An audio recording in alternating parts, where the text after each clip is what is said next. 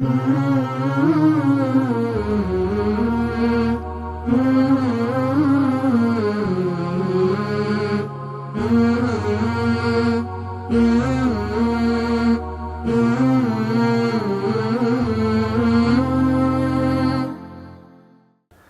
الله الرحمن الرحیم.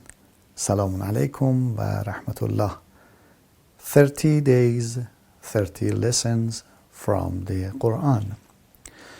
You know, when Prophet Muhammad immigrated to the Medina, he established a government in Medina.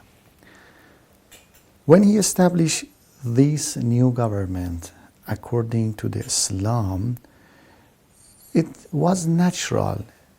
He and the new Muslims, they had enemies. The great enemy for the Prophet Muhammad was a group of mushrikeen who they lived in Mecca. Prophet Muhammad had 3 or 4 great wars against those groups, mushrikeen. Sometimes historians wrote many wars for the Prophet Muhammad. But you know, Prophet Muhammad had 3 or 4 great wars, not more. Rather than those 4 wars, many of the fight that Prophet Muhammad and Muslimin had were so small, short time. When we compare with contemporary time, they were not war.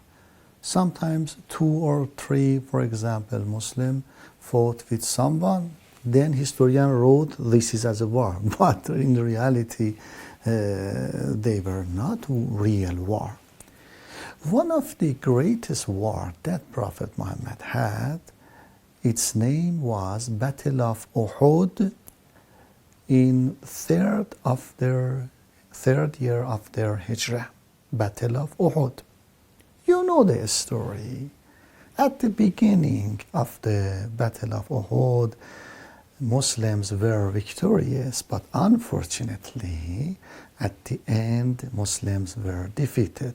Why? You know, Prophet Muhammad, before the fight, told to a small group of Muslims, you should go top of this hill and be careful not attack us from the behind.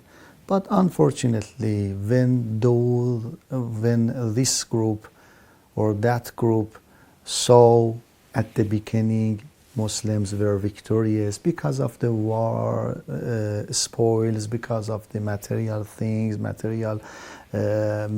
because of the money and so forth, they left their mission. They didn't hear they didn't obey Prophet Muhammad, left their mission unfortunately, and the enemy attacked from the behind, and at the end Muslims were defeated. In Surah Al Imran, verse 152, Allah Tabaraka wa Ta'ala mentioned some points about that Battle of Uhud. Bismillahir Rahmanir Rahim. لَقَدْ صَدَقَكُمُ اللَّهُ وَعَدَّهُ. Allah certainly fulfilled His promise. You know, إِنَّ وَعْدَ اللَّهِ حَقٌّ. Allah certainly fulfilled His promise to you.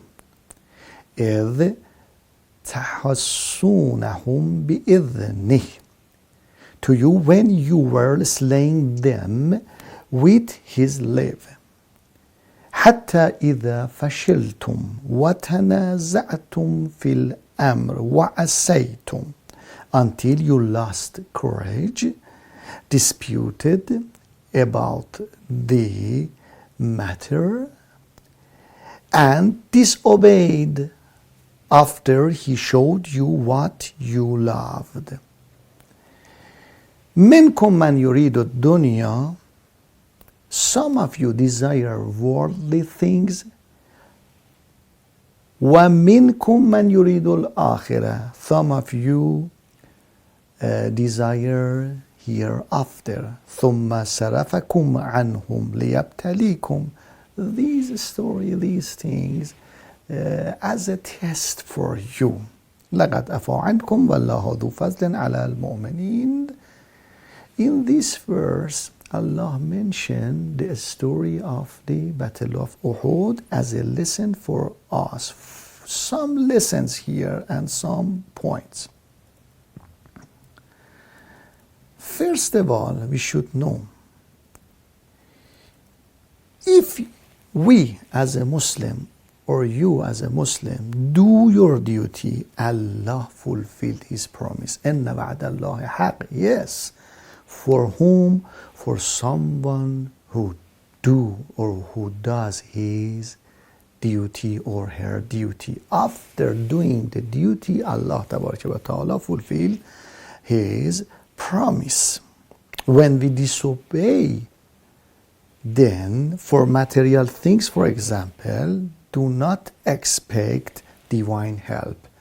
Expecting divine help after obeying, you know, that group disobeyed, and after that Muslims were defeated. Some people in this verse mentioned, some people desire worldly things, some people desire hereafter. Both, brothers and sisters, both are important, worldly things and hereafter. Sometimes we focus only worldly things. It's not acceptable. Sometimes focus on the only hereafter. We leave dunya and worldly things. No, this is not acceptable. We should be moderate. Both are important. And at the end of this verse, Allah mentioned all of these things as a test for you. You know, all the time we are on the test of Allah, and I ask Allah, help us to be successful in these tests. Thank you very much. Assalamu alaikum wa rahmatullahi wa barakatuh.